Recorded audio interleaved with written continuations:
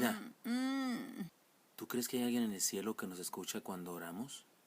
Sí, mi amor, Dios, nuestro Padre, Dios Todopoderoso que está en el cielo cuidándonos, nos ama. ¿Y tú crees que hay alguien en la tierra que me ama y quiera vivir conmigo a pesar de lo que soy? Sí, mi amor, claro, yo te adoro. Vientos. Entonces sí me voy a levantar este día.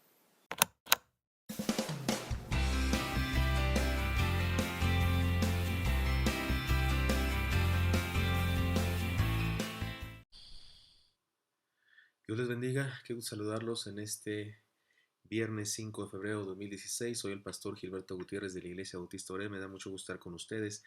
Principios para las relaciones humanas es el tema de este mes, y esta semana hemos estado hablando de perderle el miedo a algunas cosas. El día de hoy decimos perdámosle el miedo a la comunidad. El texto ahora es Efesios 5, 30 al 32, se lo leo, dice así: porque somos miembros de su cuerpo, de su carne y de sus huesos. Por esto dejará el hombre a su padre y a su madre, y se unirá a su mujer, y los dos serán una sola carne. Grande es este misterio, mas yo digo esto respecto de Cristo y de la iglesia. Efesios 5, 30 al 32. Pablo nos ha estado hablando de las relaciones en matrimonio, pero de pronto da un giro teológico muy importante y aplica lo que nos ha estado diciendo a la experiencia comunitaria eclesiástica. Analicemos el pasaje paso a paso. En primer lugar dice, porque somos miembros de su cuerpo, de su carne y de sus huesos. El porqué de nuestras relaciones interpersonales es que somos parte de algo más grande que nosotros, algo superior, algo extraordinario, la iglesia del Señor, que es un organismo viviente, un cuerpo vivo, nutrido por la misma gracia del Señor. Además dice, por esto dejará el hombre a su padre y a su madre y se unirá a su mujer y los dos serán una sola carne.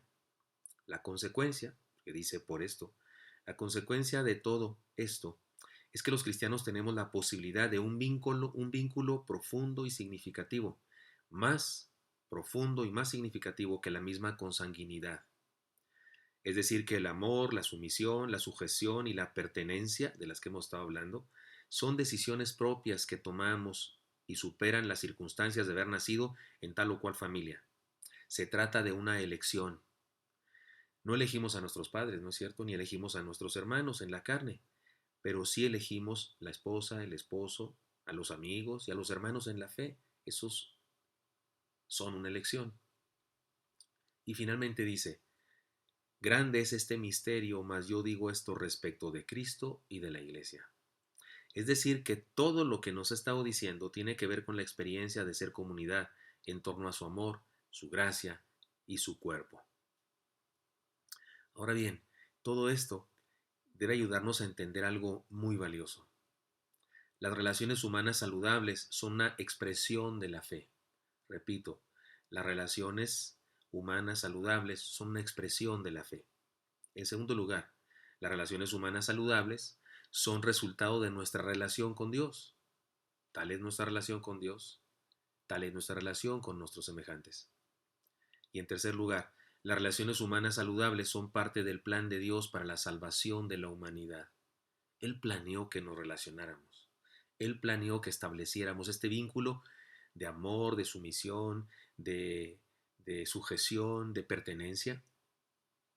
Este vínculo que supera la consanguinidad, porque tiene que ver con una decisión personal, que va más allá de la suerte o de las circunstancias de haber nacido en una determinada familia. Y eso no quiere decir que aborrezcamos a nuestra familia y que no los apreciemos y que los abandonemos. No, pero sí quiere decir que cuando tomamos la decisión de ser hermanos, amigos, compañeros, colaboradores en una iglesia, esposo, esposa, formadores de una familia, cuando tomamos esas decisiones, se trata de decisiones trascendentes que establecen un vínculo superior a cualquier cosa. Así que las relaciones humanas saludables son parte del plan de Dios para la salvación de la humanidad, porque Él decidió que tuviéramos este tipo de relaciones para formar su iglesia. Las relaciones humanas saludables se consolidan en la expresión comunitaria de la iglesia. Todo esto que nos ha estado diciendo, estos principios de las relaciones humanas, se consolidan, estas enseñanzas, ideas, en la iglesia, en la formación del cuerpo de Cristo. Porque mire, les leo otra vez el pasaje, mire cómo dice, Porque somos miembros de su cuerpo, de su carne y de sus huesos. Por esto dejará el hombre a su padre y a su madre, y se unirá a su mujer, y los dos serán una sola carne. Y luego dice, grande es este misterio, mas yo digo esto respecto de Cristo y de la iglesia. Eso está hablando de relaciones familiares, pero dice, mas yo digo, todo esto tiene que ver con la formación de la iglesia. Esto es importante entonces. Podríamos decir que la iglesia es una comunidad que nos capacita para que podamos relacionarnos. Repito, podríamos decir que la iglesia es una comunidad, perdón. Podríamos decir que la iglesia es una comunidad que nos capacita para que podamos relacionarnos. Saludablemente, por supuesto, en todas las demás relaciones. Nos capacita para relacionarnos saludablemente en todas las demás relaciones, especialmente las de la familia. Así es que si tenemos problemas de relaciones humanas, vayamos a la iglesia y seremos capacitados. Así que es por todo esto que podemos decir, perdámosle el miedo a la comunidad. Perdámosle el miedo a la comunidad. En el cristianismo moderno, o mejor dicho, en el mundo religioso moderno, algunos que se dicen cristianos han dado y siguen dando muy malos ejemplos. Desde los usureros que salen por la televisión ofreciendo bendiciones a cambio de dinero, hasta los que practican rituales esotéricos disfrazados de cristianismo y controlan a las masas con amenazas y premios. Todos ellos hacen que muchos se atrevan a despreciar la iglesia del Señor. Pero debemos saber algo. El Señor no tiene la culpa de lo que los falsos apóstoles y falsos profetas y sus comunidades hacen. Y la verdadera iglesia del Señor sigue en pie y debemos unirnos a ella. Si algunos están haciendo mal uso del nombre cristiano, cristianismo, Biblia, palabra de Dios, no por eso vamos a negar la realidad y la importancia de la iglesia verdadera del Señor. La iglesia ciertamente está formada por pecadores, arrepentidos y redimidos, pero aún pecadores, hombres y mujeres imperfectos con luchas, defectos y toda clase de problemas. Pero por la gracia de Dios, son la iglesia, el cuerpo de Cristo. Déjeme decirlo en primera persona. Por la gracia de Dios, somos la iglesia, el cuerpo de Cristo. Así que podemos concluir con lo siguiente. Si hemos creído en Cristo y le seguimos como sus discípulos, entonces somos parte integral de su iglesia. Somos parte integral de su iglesia. No tenemos que ser, somos parte integral de su iglesia si hemos creído en Cristo de verdad. Pretender autopastorearnos y negar la importancia de la iglesia es evidencia de un severo problema espiritual. Tal vez rebeldía, resistencia a la sumisión o ganas de vivir en pecado, es decir, fuera de la voluntad de Dios sin que nadie nos exhorte. Hay personas que sí pretenden autopastorearse, pretenden tener la única verdad y se aíslan de la iglesia. En ocasiones solamente la usan para encontrar amigos, pero se aíslan de la iglesia, de la comunidad de fe. Y no es otra cosa que una evidencia de un problema, serio problema espiritual. Rebeldía, pecado, deseo de vivir fuera de la voluntad de Dios sin que nadie les exhorte. Ser parte de la comunidad de fe es una bendición provista por el Señor para hacernos crecer, madurar y desarrollar todo nuestro potencial.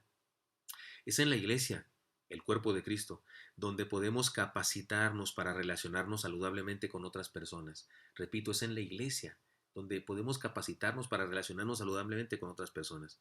Nuestra manía por la autodeterminación, es decir, nuestra resistencia a recibir consejo, mentoría y dirección, es negarnos a una bendición de Dios.